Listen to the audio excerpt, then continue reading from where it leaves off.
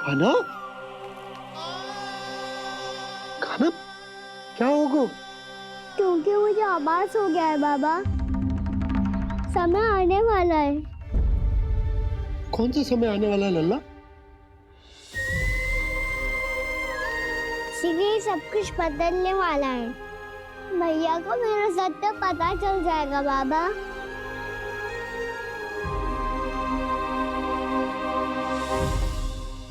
पर लल्ला, इसका काक भुसुंडी और कालिया नाग से क्या संबंध है?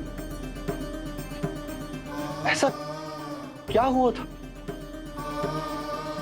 और क्या होने वाला है?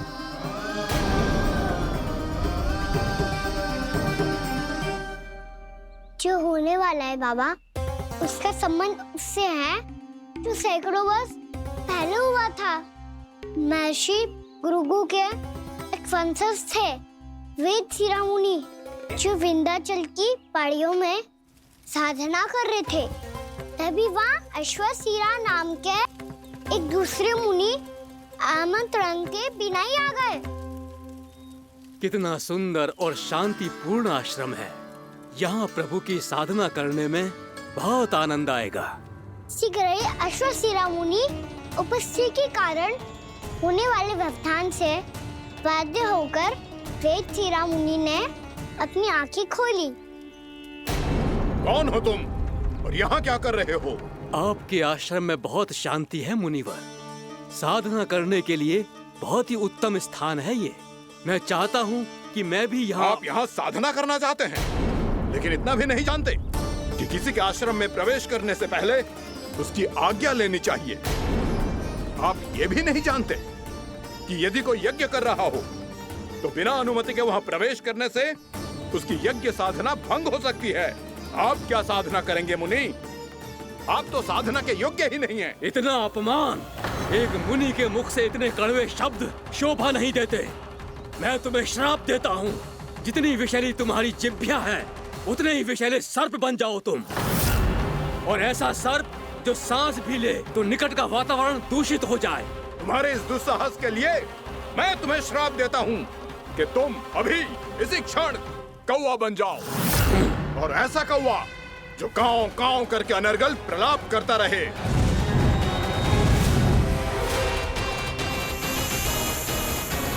ये मैंने क्या किया? ये मैंने क्या किया? क्रोध के कारण दोनों ने एक दूसरे को श्राप दे दिया। पर दोनों ही मेरे भक्त हैं, और भगवान होकर मैं अपने भक्तों को इतनी कठिनाई में कैसे देख सकता था। इसीलिए जिस संकट में उन दोनों ने अपने आप को फंसा लिया था, उसका समाधान करने में मैं उनके पास गया। देखिए ना प्रभु, ये क्या हो गया हमसे। हमारी रक्षा कीजिए प्रभु, मार्ग दिखाइए हमें। क्रोध पर नियंत्रण ना होने के कारण आप दोनों ने एक दूसरे को बहुत ही भीषण संकट में डाल दिया है। अब दोनों ही तपस्वी, तप के बल से दिए गए आपके श्राप को लौटाना भी संभव नहीं है। प्रभु कोई तो उपाय होगा, हम आपके शरण में हैं प्रभु। अपराध तो हमसे हुआ है प्रभु, पर अब आपसे ही आशा है। कुछ ऐसा कीजिए भक्त वत्सल, जिससे हम दोनों के श्राप का प्रभाव कुछ कम हो जाए। आप दोनों ही मेरे भक्त हैं, इसीलिए आपकी पीड़ा का निवारण करने का एक उपाय है मेरे पास। वेद शिरोमणि, जब आप कालिया नाग बनेंगे तो आपको मेरे चरणों को अपने शीश पर धारण करने का सौभाग्य मिलेगा। और अश्व शिरोमणि, आप काग योनि होने के बाद भी आप श्रेष्ठतम ज्ञान और सर्वाधिक यौगिक सिद्धियों के स्वामी होंगे और प्रवचन दिया करेंगे। इसके बाद अश्वशिरा मुनि काक भुसुंडी बन गए, जिन्होंने आगे चलकर स्वयं गरुड़ देव को रामायण सुनाई। और मुनि वेदशिरा महर्षि कश्यप और देवी कत्रियों के पुत्र कालिया नाग बनकर जल में। और अब वही कालिया नाग जमुना जी में, जिनके कारण जानकी के प्राण लगभग चले ही गए थे। अब कालिया नाग को उचित स्थान पर भेजने का समय आ गया है बाबा। पर ये तो अच्छी बात है कान्हा। वेदशिरा मुनि को दिया हुआ तुम्हारा वचन भी पूरा हो जाएगा, जमुना जी की शुद्धि भी हो जाएगी। इस सब के बाद भी तुम दुखी क्यों हो? क्योंकि इसके बाद मैया के सामने मेरा रहस्य खुल जाएगा बाबा। उन्हें पता चल जाएगा कि उनका बालक कोई साधारण बालक ना है। भविष्य में जो होने वाला है उसे सबके सामने घटने से रोकना मेरे लिए भी संभव ना होगा। मैया को सब पता चल जाएगा। क्या पता चल जाएगा रे मुझे?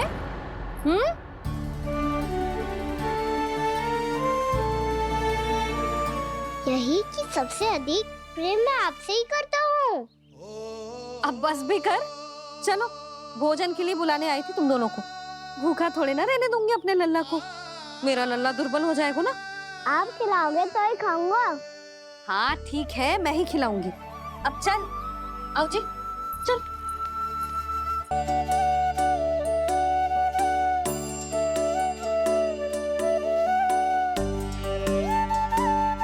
मैया खेलो ना मेरे साथ। मैया सुनो ना, मेरी बात ना मानोगी? अभी बहुत कार्य पड़े लल्ला। देख, जानकी को औषधि भी देने जानो है ना। औषधि मैं दे दूंगा, फिर तो खेलोगी ना आप मेरे साथ? पिछले कुछ दिनों से अपनी मैया का अधिक से अधिक प्रेम पाने का प्रयास करो है कान्हा। इसका तो एक ही अर्थ हो सकता है कि कछु बहुत बड़ो होने वालों है। कान्हा रुक जा लल्ला।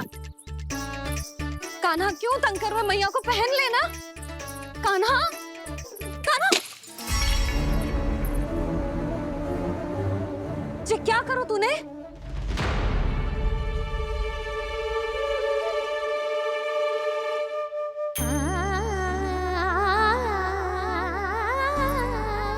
अच्छा ठीक है, अब मुंह लटकाने की आवश्यकता ना है। ये ले।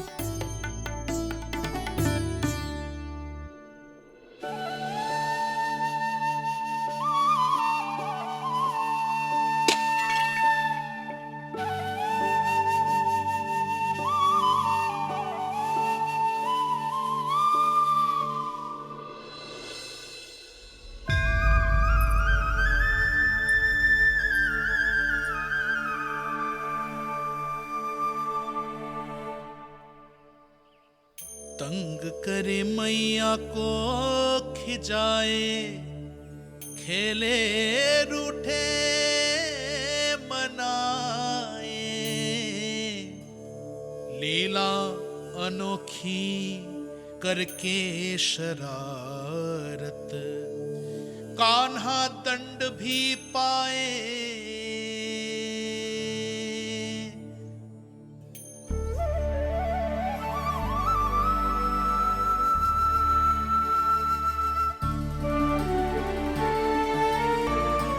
रूठना मनाना, खेलना खिलाना, पहले शरारत करके क्रोध दिलाना और फिर क्षमा मांग लेना, ये सब जानबूझकर कर रहे है कान्हा। जैसे जीवन भर के लिए अपनी मैया की ममता को अपने हृदय में समेट कर रखना चाहते हो।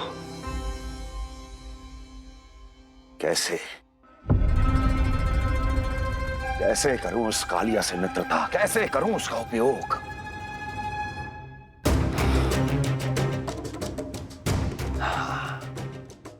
उस पर आक्रमण कर देता हूं और उसे किसी ना किसी तरह से यह विश्वास दिला देता हूं कि यह आक्रमण उस विष्णु अवतार ने किया है।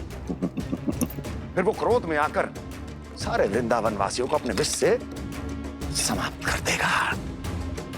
उचित है, ये उचित है। नारायण हरि, नारायण हरि।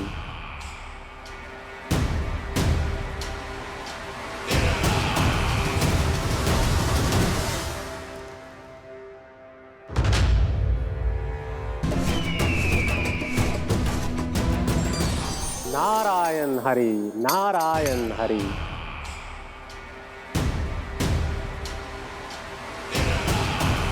प्रणाम देवर्षि, किस योजना में कितना लाभ है और कितनी हानि, यह आंकलन करते करते थक गए होंगे मथुरा नरेश। देवर्षि, आज मेरा ध्यान कैसे आ गया आपको? आप तो सदैव ही मेरे ध्यान में रहते हैं महाराज कंस। सत्य तो यह है कि मथुरा में जो भी हो रहा है मुझसे छिपा हुआ नहीं है। मैं जानता हूं कि आप किसी भी असुर को वृंदावन क्यों ना भेजें, और वो असुर कितना भी शक्तिशाली क्यों ना हो, कृष्ण का सामना नहीं कर पाता। या तो पराजय स्वीकार करके आपके पास लौट आता है, या तो फिर वीर गति को प्राप्त हो जाता है।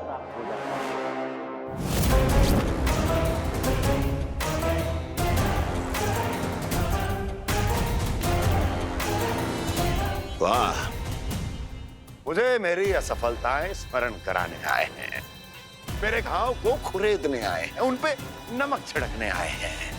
मित्र को शत्रु समझने की भूल मत कीजिए महाराज कंस। मैं तो आपकी सहायता करने आया हूं। हाँ, और मेरी सहायता। कृष्ण विष्णु अवतार है, आप विष्णु के भक्त हैं। मैं हूं विष्णु द्रोही, फिर भी तो आपके आराध्य को हानि पहुंचाना चाहता है, उसकी सहायता करना चाहते हैं आप। क्या आप निश्चित रूप से कह सकते हैं कि आप ब्रह्मांड के सभी नियमों को अच्छी तरह समझते हैं? अवश्य। आपके लिए बस इतना ही जानना पर्याप्त होगा कि मैं जो कुछ भी कर रहा हूं उसके लिए मेरे व्यक्तिगत कारण हैं। मैं तो बस आपके हित में पिछली बार की तरह एक सुझाव लेके आया था, पर यदि आप मेरा सुझाव सुनना भी नहीं चाहते तो आपकी इच्छा। नारायण हरि, नारायण हरि। कारण चाहे जो हो, इनके पिछले सुझाव के कारण ही आज मेरे शत्रुओं की संख्या कम है।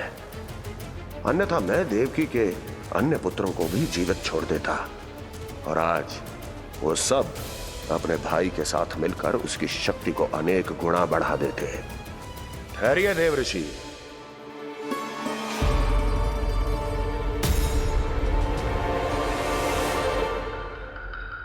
बताइए क्या सुझाव है आपके पास? मेरे सुझाव का नाम है कालिया नाग।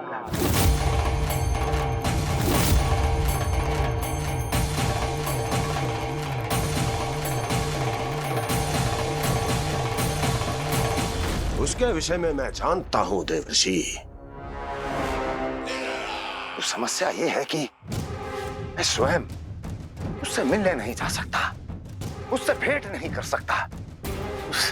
उस कृष्ण की हत्या के लिए उसको वृंदावन जाने के लिए तैयार नहीं कर सकता।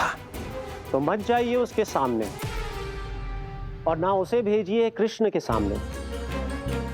हर बार आप किसी न किसी असुर को अपने शत्रु के क्षेत्र में भेजते हैं, जहां शत्रु उसका सामना करने के लिए पूरी तरह से तैयार होता है और आपका असुर मारा जाता है। इस बार शत्रु को युद्ध स्थल चुनने का अवसर मत दीजिए महाराज।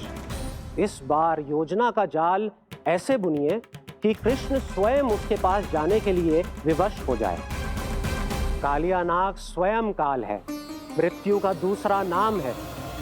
उसके विष का उपयोग अपने लाभ के लिए कीजिए महाराज। वैसे कालिया के विष की अधिकता का अनुमान तो होगा ही आपको।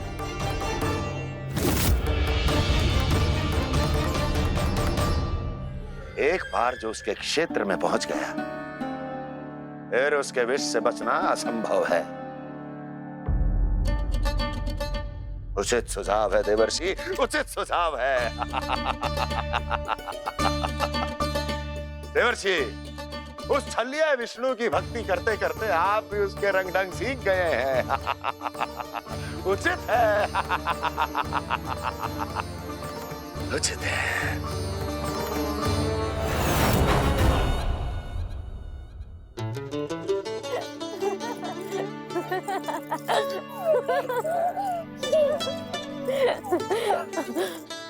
बस बस, बहुत आनंद ले लियो लल्ला।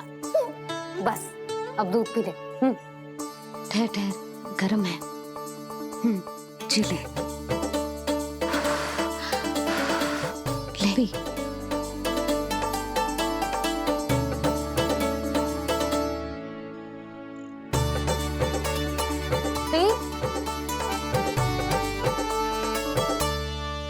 होती तो ना जाने क्या होता तेरा। अपने आप दूध भी ना पी सकते है, भावला कहीं का। आपकी इस प्रेम के लिए तो मैं धरती पे आया हूँ मैया। मैं भी यही सोच रहा हूँ यशोदा कि तुम ना होती तो मेरा क्या होता। इसी बात पे थोड़ा दूध और कजू खाने को दे दो। अरे मैं तो भूल ही गई।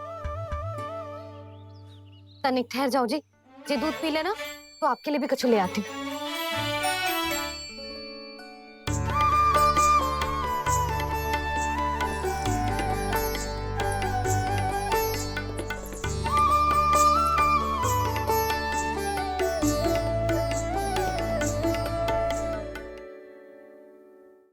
प्रणाम महाराज। आपकी आज्ञा के अनुसार बिल्कुल वैसा ही पत्र तैयार किया है जैसा आप चाहते थे।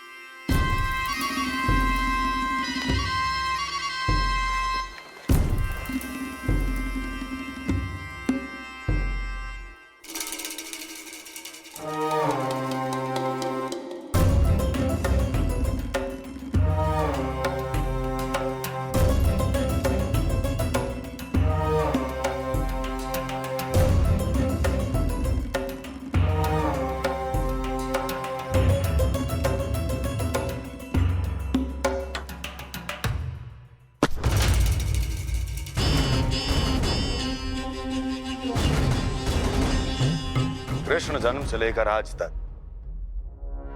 ये मेरी सबसे महत्वपूर्ण योजना है। इसका सफल होना निश्चित है दूत, किंतु केवल वही करना जैसा मैंने कहा है। जाओ।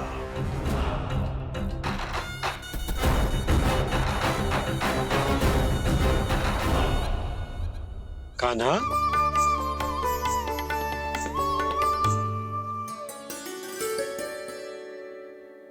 क्या होगा? बाबा मैं चाहता हूँ कि मैया की ममता क्रिस्टल फ्रेम की वर्षा मुझ पे सरते ऐसे होते रहे। वो तो होती रहेगी लल्ला। अपने लल्ला के लिए किसी मैया का प्रेम कभी कम हो सकता है भला? नंदराज, वो मथुरा से एक दूत आयो है महाराज कंस का राजपत्र लेके।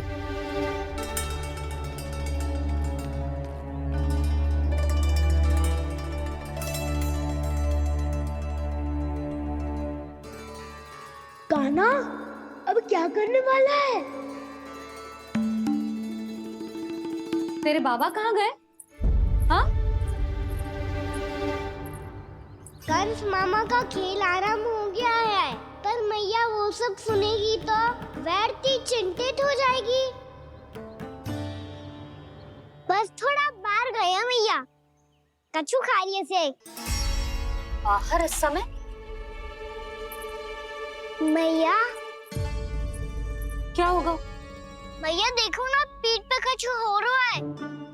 मेरा हाथ ना पकड़ो, आप करो ना। यहाँ? क्षमा करना मैया, पर अभी बाबा को ही संभालने दो ये सब। कहिए, क्या संदेश लाए हैं आप? नहीं नंदराज नहीं। महाराज कंस का आदेश है कि यह संदेश सभी गांव वालों के साथ ही पढ़ा जाए। ठीक है, मैं गांव वालों के सामने पढ़ दूंगा, पर मुझे तो दीजिए पढ़ने के लिए। महाराज की आज्ञा का पालन करना आपके लिए भी आवश्यक है नंदराज। सभी गांव वासियों की सभा बुलाइए। बंसी, सभी गांव वालों की सभा बुलाओ।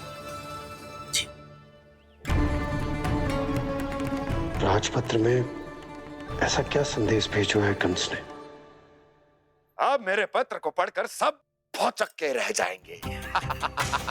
और वो कृष्ण, उस कृष्ण के पांव के नीचे से तो भूमि खिसक जाएगी, आकाश फट पड़ेगा, बिजलियां गिर जाएंगी। प्राप्ति, ओ प्राप्ति, कंस का पत्र स्वयं को बहुत अधिक शक्तिशाली समझता है ना वो। अब देखता हूं कैसे वो इस महासंकट का सामना करता है। वो कृष्ण, वो अपनी मृत्यु स्वयं चुनेगा या मृत्यु की वेदी पर चढ़ा देगा। प्रिय वृंदावन वासियों को।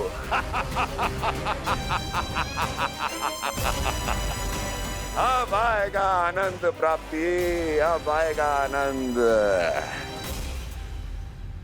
सबको इकट्ठा करवा के ही पढ़वाएगो। अवश्य ही कोई विशेष संदेश दिया होगा कंस ने।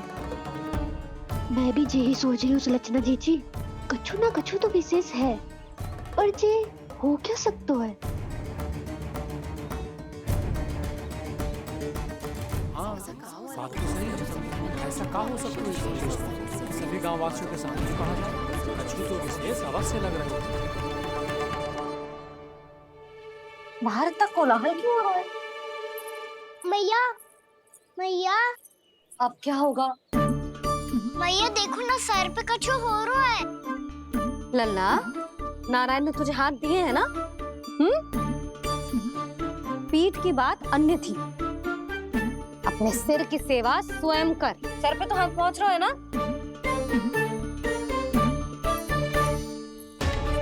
मैया सुनो ना, मैया देखो ना, तीव्र कर कछु हो रहा है। मैया देखो ना, तीव्र कछु हो रहा है।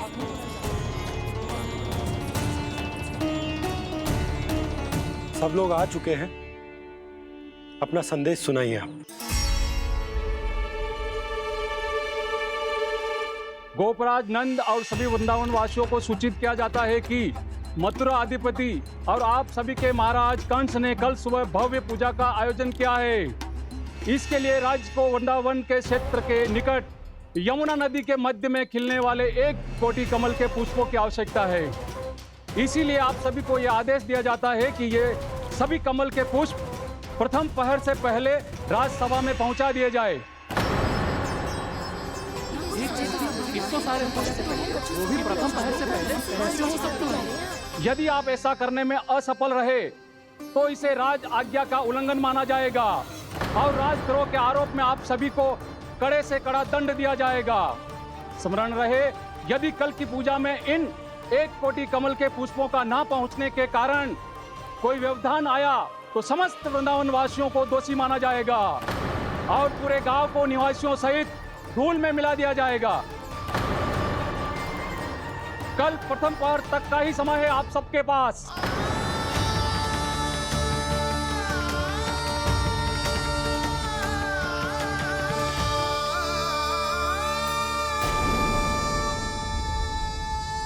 कमल पुष्प, वो भी कल प्रथम प्रहर में?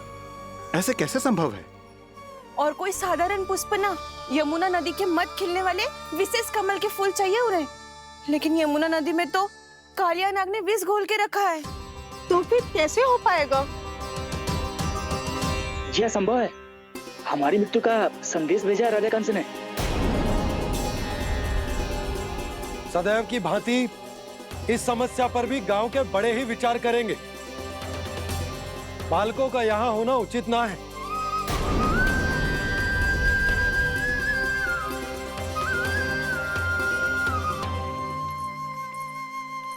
लल्ला, ले जगेंद ले, जा अपने सखाओं के साथ खेल। सुबह उज्जवल, मधुमंगल वसंता, देखो मैया ने क्या दिया है। चलो खेलें, बहुत आनंद आएगा आज।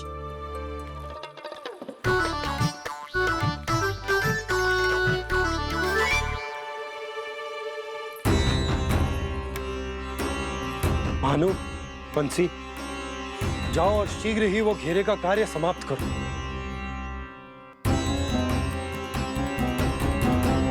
पर कछु ना कछु तो करना पड़ेगा ना। पर हम कर ही क्या सकते हैं? पुष्प लाने को और कोई उपाय है भी तो ना। मैं चला जाऊंगा जमुना जी में। वैसे भी मेरे जीवन के कितने दिन शेष बचे हैं। गांव के लिए, समाज के लिए कुछ करके मरूं, तभी तो शांति मिलेगी। ना काका, यदि आप उस विषैले जल में छलांग लगा भी दोगे, किंतु 1 कोटि कमल पुष्प एकत्रित कर पाना आपके लिए संभव ना है। इससे अच्छा है कि मैं चला जाऊं। यदि मैं मर भी गया तो मेरे पीछे रोने वाला कोई ना है। किसी को कहीं जाने की आवश्यकता ना है।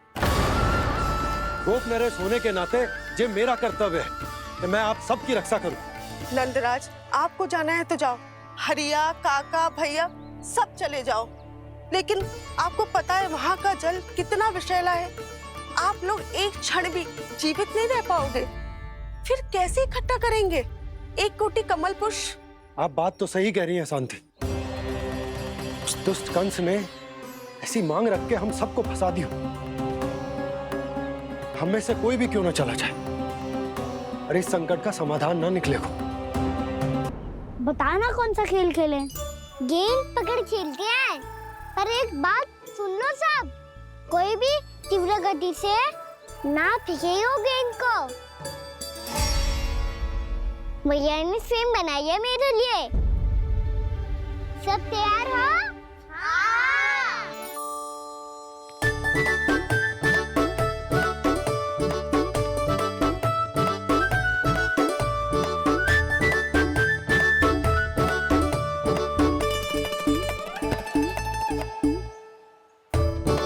मुझे दो।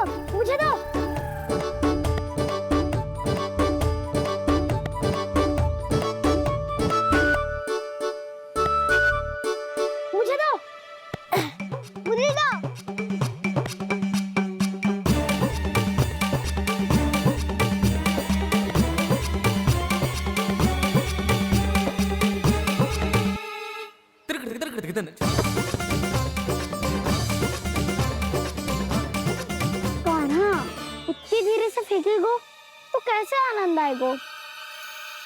थोड़ा बल लगा के फेंक। हाँ कान्हा, हम अभी बड़े हो गए हैं, तू अब भी छोटे बालकों की तरह फेंक रहे है।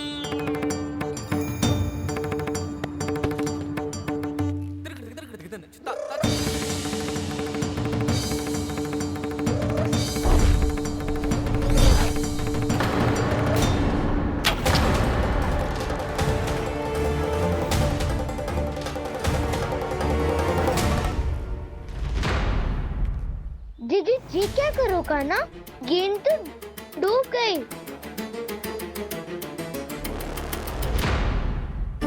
अच्छा, तो ये सब इसकी योजना का भाग था ताकि ये कालिया का सामना कर पाए। तुम सबने तो कही थी तीव्र गति से फेंको, देखो सिखवा दी ना मेरी गेम। मुझसे नदी में और मुझे जाके लानी पड़ेगी। रुक जा कान्हा, रुक जा कान्हा। जी क्या बोल रहे थे कान्हा? इसमें तो बहुत संकट है। कोई भी संकट मेरी मैया का उपहार खुलने से बड़ा ना है। बहुत प्रेम से बना के उन्होंने दी थी। हे नारायण, कोई उपाय समझ में ना आ रहा है। मैया, अब कैसे करेंगे हम अपने गांव की रक्षा? कीड़े पड़ेंगे उस दुष्ट को। यदि उसके कारण किसी के प्राण चले गए तो कौन सा फल मिलेगा उसे इस पूजा का? तुम सही कह रही हो यशोदा। और हमारे पास कोई और दूसरा विकल्प भी तो ना है। यदि हमने मथुरा की राज आज्ञा का पालन ना किया तो इसका दुष्परिणाम पूरे गांव को भुगतना पड़ेगा।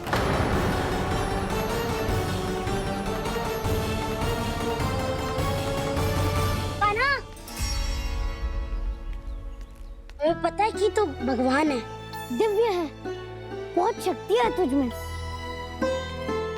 पर फिर भी हम तुझे विषैले जल में ना जाने दे सकते। कुछ होगा तो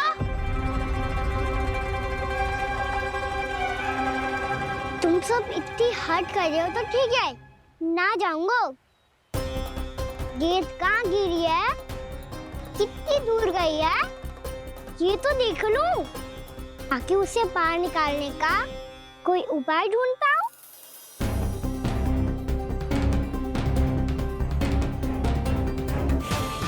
हाँ।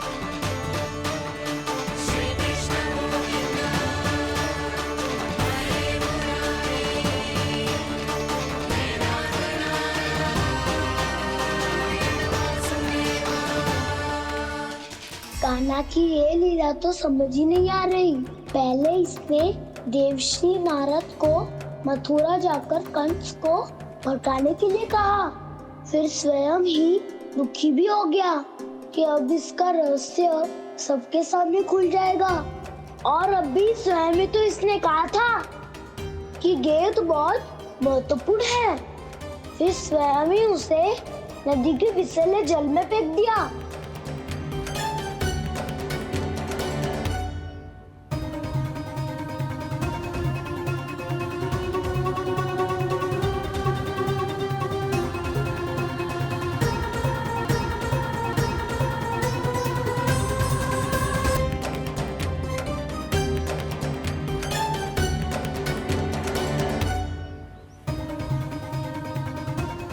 कान्हा, तू ऊपर क्यों चढ़ रहा है? अरे ऊंचाई से देखूंगा तभी तो गेंद दिखेगी।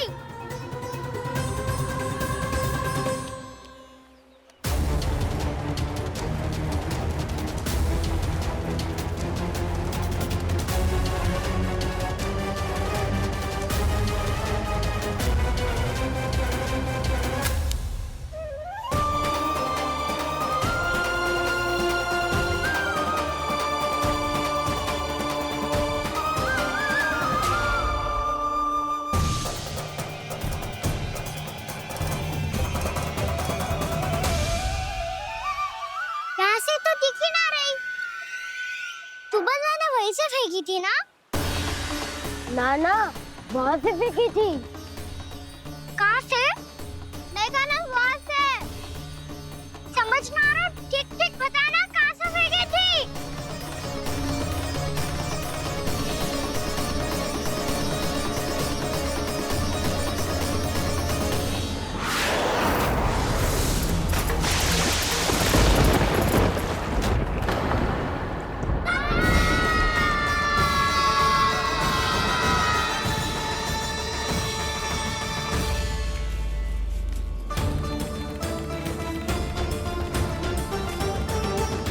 कालिया नाग के क्षेत्र में जाकर कोई भी जीवित वापस ना लौट सको है।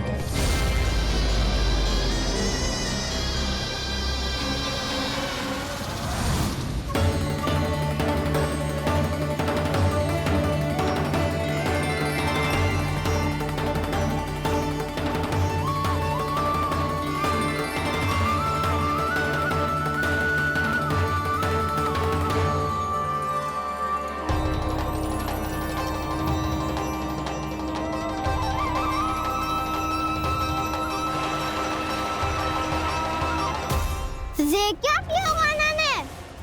कालिया नाग तो उसे देखते ही निकल जाएगा।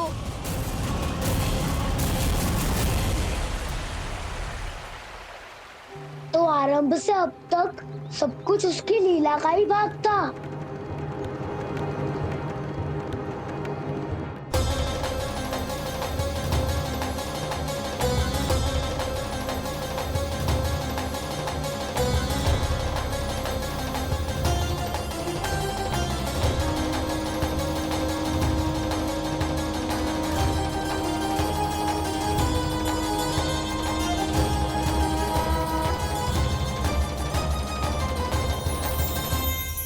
इतना सुंदर रूप, मन मोहने वाली मुस्कान, अद्भुत तेज और भगवान जैसी दिव्यता। कौन हो तुम? हाँ, तुम्हें देखकर तो हम सब सम्मोहित ही हो गए।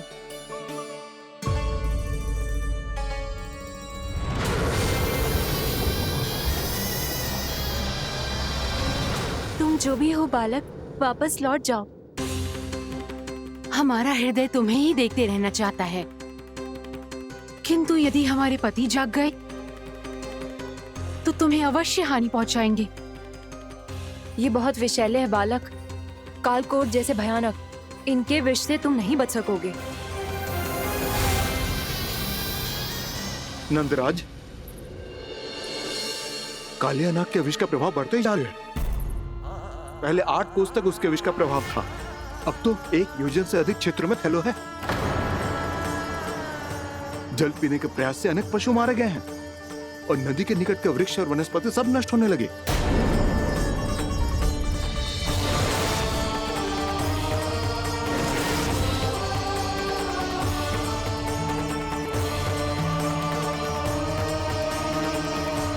इनके विष की तीव्रता इतनी अधिक है बालक कि इनके संपर्क में आने वाले को तड़पने का भी अवसर नहीं मिलता। इनके विष की अग्नि क्षण भर से भी कम समय में प्राणवायु को जलाकर राख कर देती है।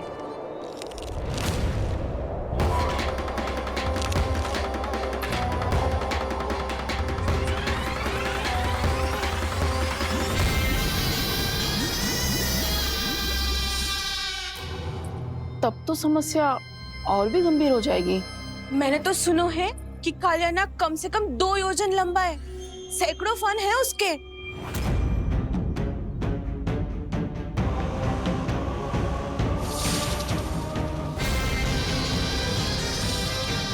इसका अर्थ तो ये है कि हम दोनों ओर से फंस गए। एक और कंस को 1 कोटि कमल पुष्प देने जो कि कालिया नाग के क्षेत्र में पड़ते हैं, और दूसरी ओर उस कालिया नाग का विष यमुना जी के क्षेत्र में बढ़ता ही जा रहा। इसके कारण हम ही नहीं, निर्दोष पशु पक्षी भी संकट में। इन दोनों समस्याओं का एक ही समाधान है, उस कालिया नाग का सामना करना। और ये ना समझ आ रहा कि हम ये करेंगे कैसे, क्योंकि ये बात साधारण मनुष्य के बस की ना है। हमारे लिए ये असंभव है।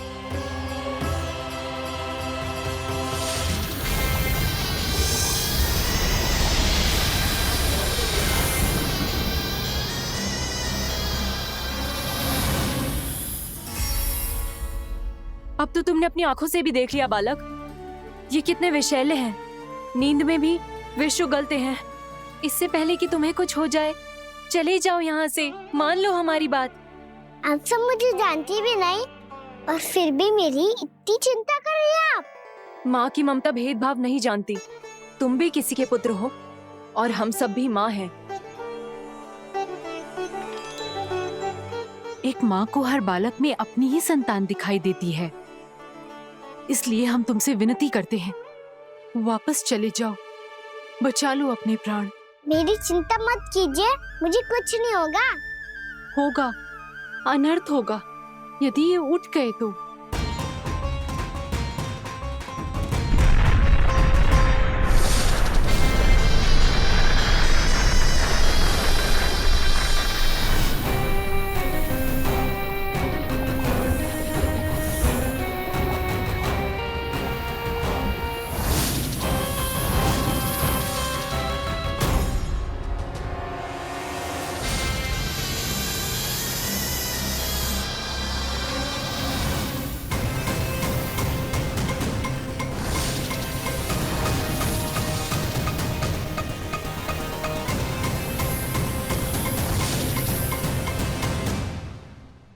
सामने होते हुए भी अपने इश्क को केवल वही देख सकता है जो अपना अभिमान त्याग चुका हो। पर पूर्व जन्म में मेरा भक्त होने के नाते मेरा सत्य स्वरूप देख पाने में मुझे इसकी सहायता करनी चाहिए।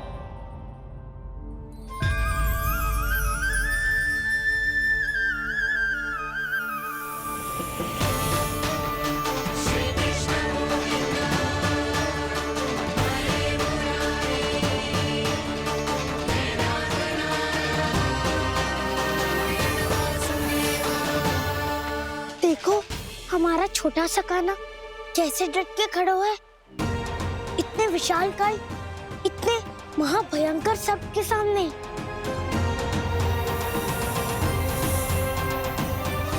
ये कोई भगवान नहीं है जो इसके सामने हाथ जोड़ रही हो तुम सब।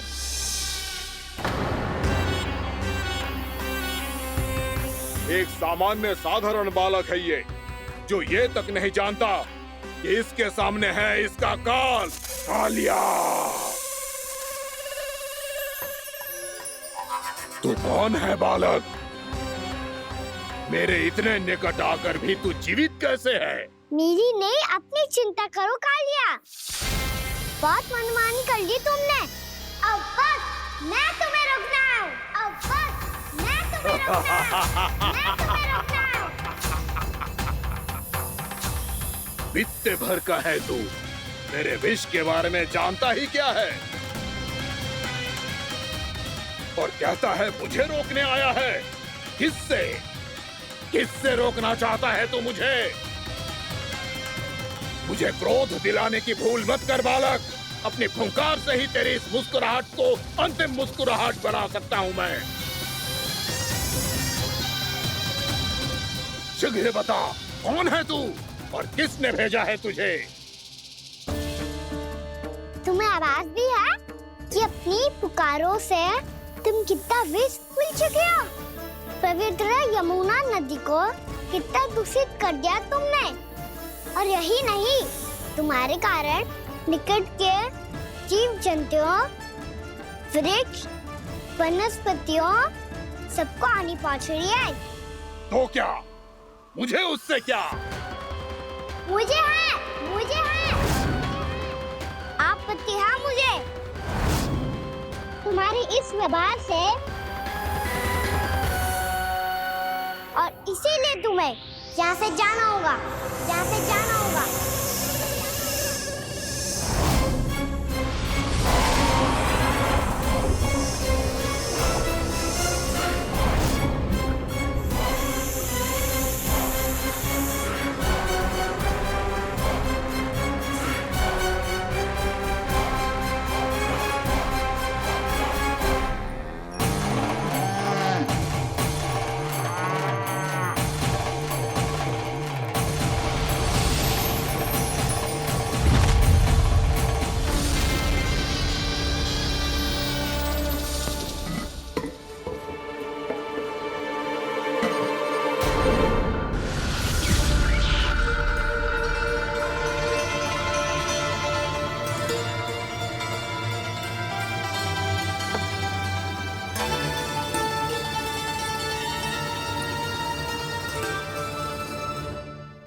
मुझे आदेश देने का साहस भी कैसे किया तूने? इस क्षेत्र को मैंने अपना राज्य बनाया है। मेरा परिवार रहता है यहाँ, और तू मुझे यहाँ से जाने के लिए कह रहा है? हाँ, क्योंकि तुम्हारे यहाँ रहने के कारण अन्य जीवों को हानि हो रही है, और मैं ऐसा नहीं होने दे सकता। मैं तो बस वही कर रहा हूँ जो एक सर्प का स्वभाव है। विष फैलाना स्वाभाविक है मेरे लिए, इसलिए मुझे चुनौती मत दे बालक। चुनौती तो मैं दे चुका हूँ कालिया। अब तो बस तुम्हें शिकार करनी है।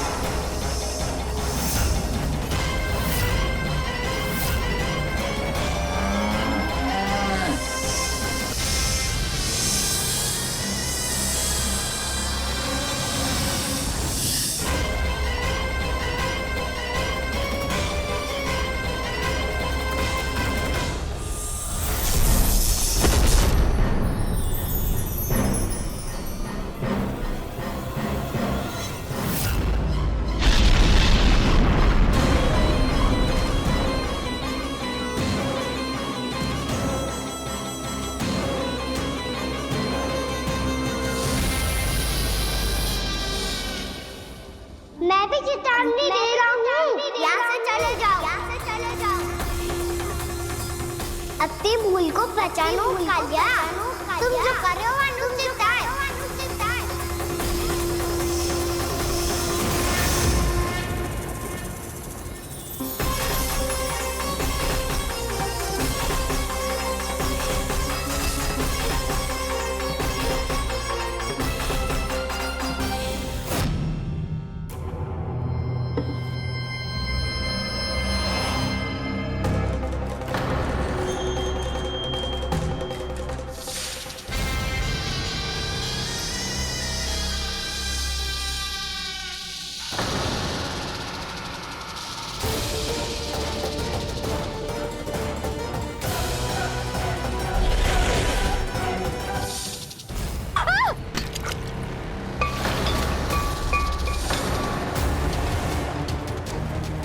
अब मैं आता हूँ। क्या हो गया सुधा? मुझे आवाज हो रहा है जी, कछु ना कछु गड़बड़ है। यशोदा, जो समस्या हमारे सामने है, हम सभी उसका समाधान खोजने में जुटे। तुम विश्वास करो, मैं कोई ना कोई समाधान अवश्य ढूंढ लूंगा। हम कैसे भी करके वो कमल के पुष्प उस कंस तक पहुंचा देंगे। नाना, समस्या उससे कहीं अधिक है, उससे कहीं अधिक बड़ी, उससे कहीं अधिक भयानक है।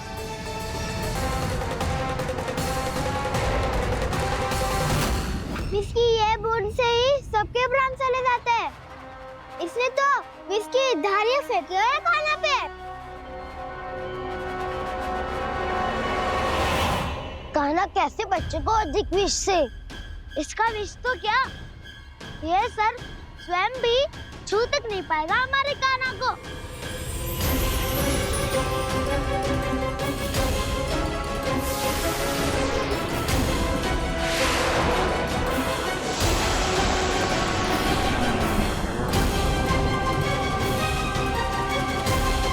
तुम्हारे सखा को, मेरे भाई को कोई हानि नहीं पहुंचा पाएगा। ये कान्हा का सत्य चाहे जो हो बलराम, पर अभी तो जो एक बालक ही है ना।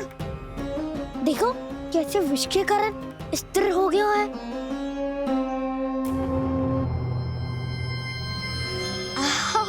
हाउ सर्फ ने कितनी आसानी से अपनी पूंछ से बांध लिया है। मुझे यहाँ से भगाना चाहता था ना तू? अब मैं तुझे दिखाऊंगा अपना सामर्थ्य।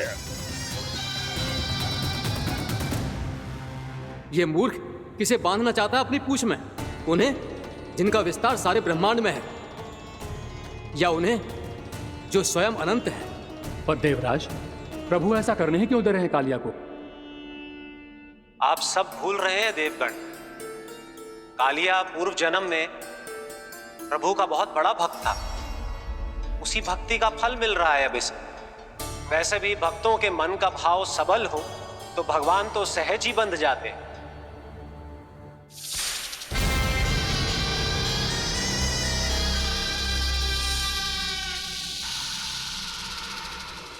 बलराम, तुमने ही तो कही थी कान्हा को कछु ना होगो। देखो उस दुष्ट ने चारों ओर से जकड़ लियो है।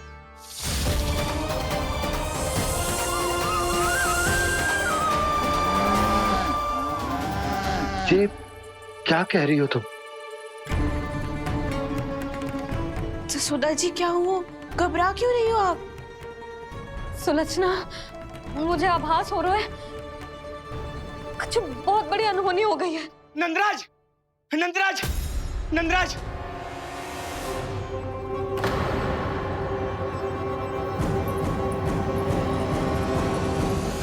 नंदराज, कान्हा ने जमुना नदी में छलांग लगा दी है। कान्हा ने जमुना नदी में छलांग लगा दी है। कान्हा ने जमुना नदी में छलांग लगा दी है। कान्हा जमुना में कूद गया है। मुझे लगा था आज कछु गड़बड़ होने वाली है। मुझे आज कान्हा को ना जाने देना चाहिए था।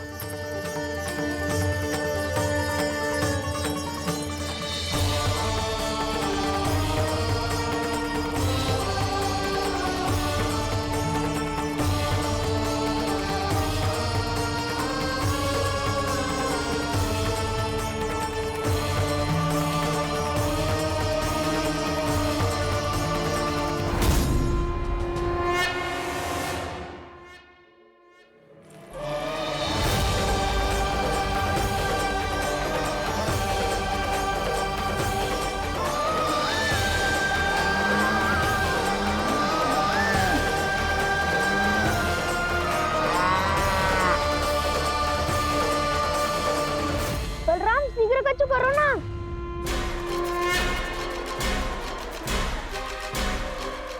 कछु भी करो पर कान्हा को बचाओ। नाग बहुत भयंकर है, कान्हा अकेले ना संभाल पाएगा इसे।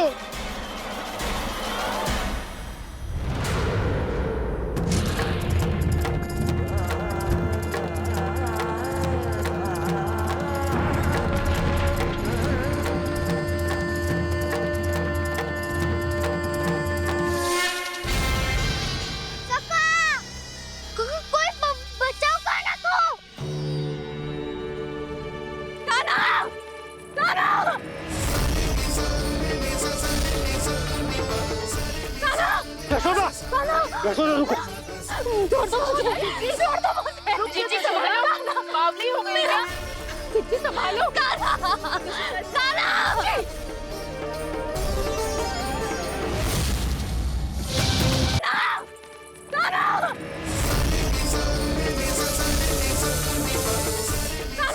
यशोदा, यशोदा रुको। छोड़ दो मुझे, छोड़ दो मुझे। जीजी संभालो, बावली हो गई क्या? जीजी संभालो। कान्हा, कान्हा। देखो अब कैसे तुम्हारे अस्थियों को तोड़कर छोटे छोटे टुकड़ों में बदल दूंगा मैं।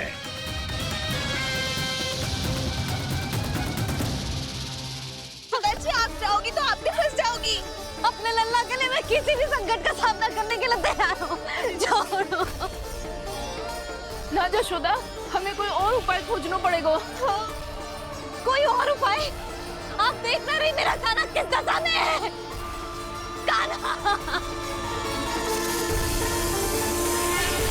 मैया के वश में नहीं है, नहीं तो ये अपने लल्ला के लिए साक्षात काल का भी सामना कर ले। ये तो केवल कालिया नाग है। हे नागराज, आप मेरे प्राण ले लो, पर कान्हा को छोड़ दो। ना नागराज, आप मेरे प्राण ले लो, मैं विरोध भी ना करूंगी। ना नागराज, आप मुझे मार दो, पर मेरे कान्हा को छोड़ दो। ना ना ना ना नागराज, मेरे प्राण ले लो, हमारे कान्हा से क्या शत्रुता है आपकी? प्रभु के लिए जो प्रेम यशोदा मैया के हृदय में है, वही इन सभी गोपियों के हृदय में भी है।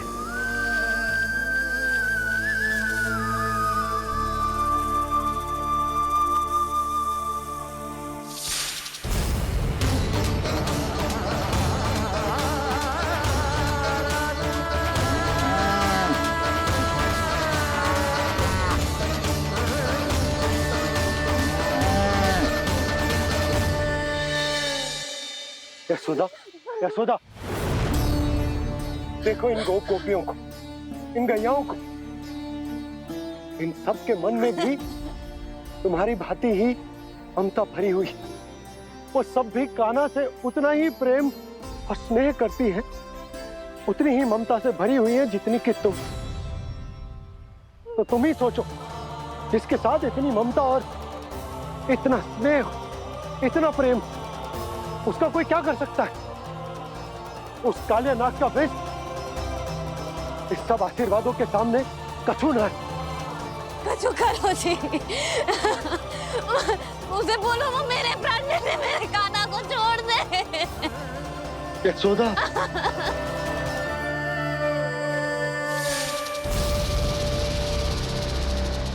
केवल इन्हीं में नहीं देवराज, नाग पत्नियों के हृदय में भी ममता का वही प्रेम उमड़ रहा है। देखिए। मैं आपके हाथ जोड़ती हूँ स्वामी, इस बालक को छोड़ दीजिए। ये अवश्य ही कोई दिव्य आत्मा है स्वामी। हम आपसे विनती करते हैं स्वामी, इस नन्हे बालक को हानि मत पहुंचाइए स्वामी। मेरी पत्नियां मेरे ही शत्रु के लिए विनती कर रही हैं। अब यदि इसके पक्ष में एक शब्द भी कहा तुम सबने, तो मैं इस बालक से पहले तुम सबके प्राण ले लूंगा। हो रहा प्रसन्न नाग कालिया, विजय को निश्चित जान। रोते बिलखते व्याकुल सब, संकट में देख कान्हा के प्राण।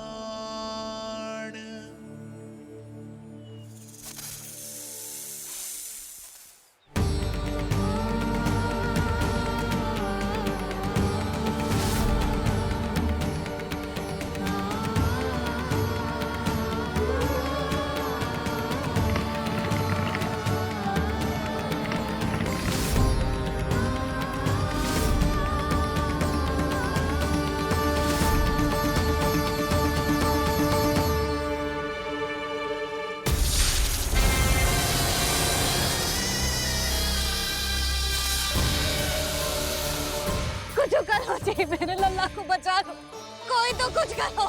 जीजी संभालो जसूदा।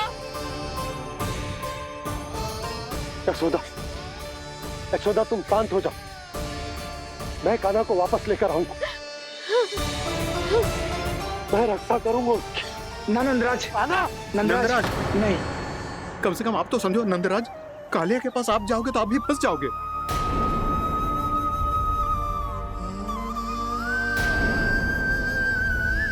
बलराम, तेरा भाई इतनी भीषण संकट में है और तुझे जरा भी दुख ना हो रहा? क्या आप सब अब तक नहीं समझ पाए कि कान्हा सच में कौन है? छोटे बाबा, आप तो उसका सत्य जानते हैं ना?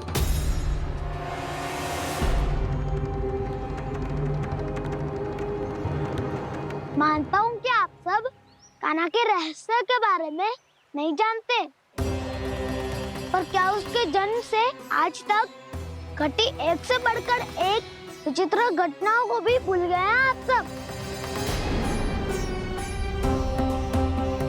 भूल गए हैं कि कैसी पूतना जैसी राक्षसी उसका कुछ बिगाड़ नहीं पाई, कैसे तरनावती जैसा भयानक राक्षस उसे एक खरोच भी नहीं दे पाया था।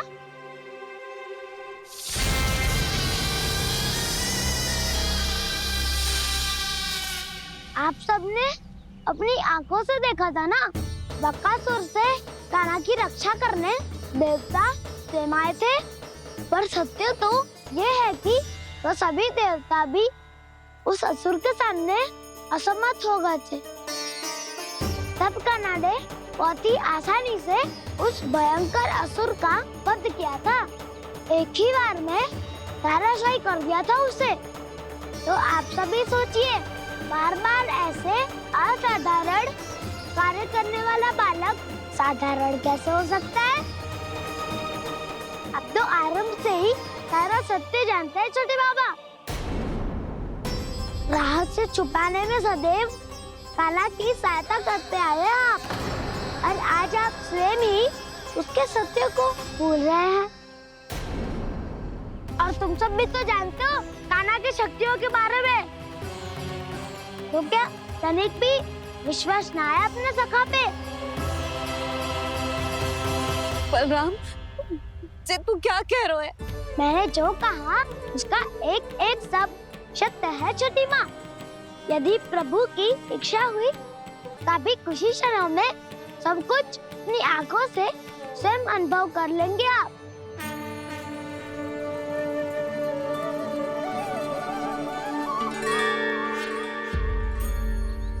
शांताकारं भुजगशयनं पद्मनाभं सुरेशं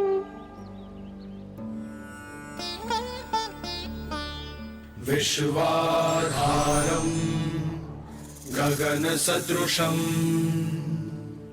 मेघवर्णं शुभांगं लक्ष्मीकान्तं कमलनयनं योगी वीरध्यानगम्यम्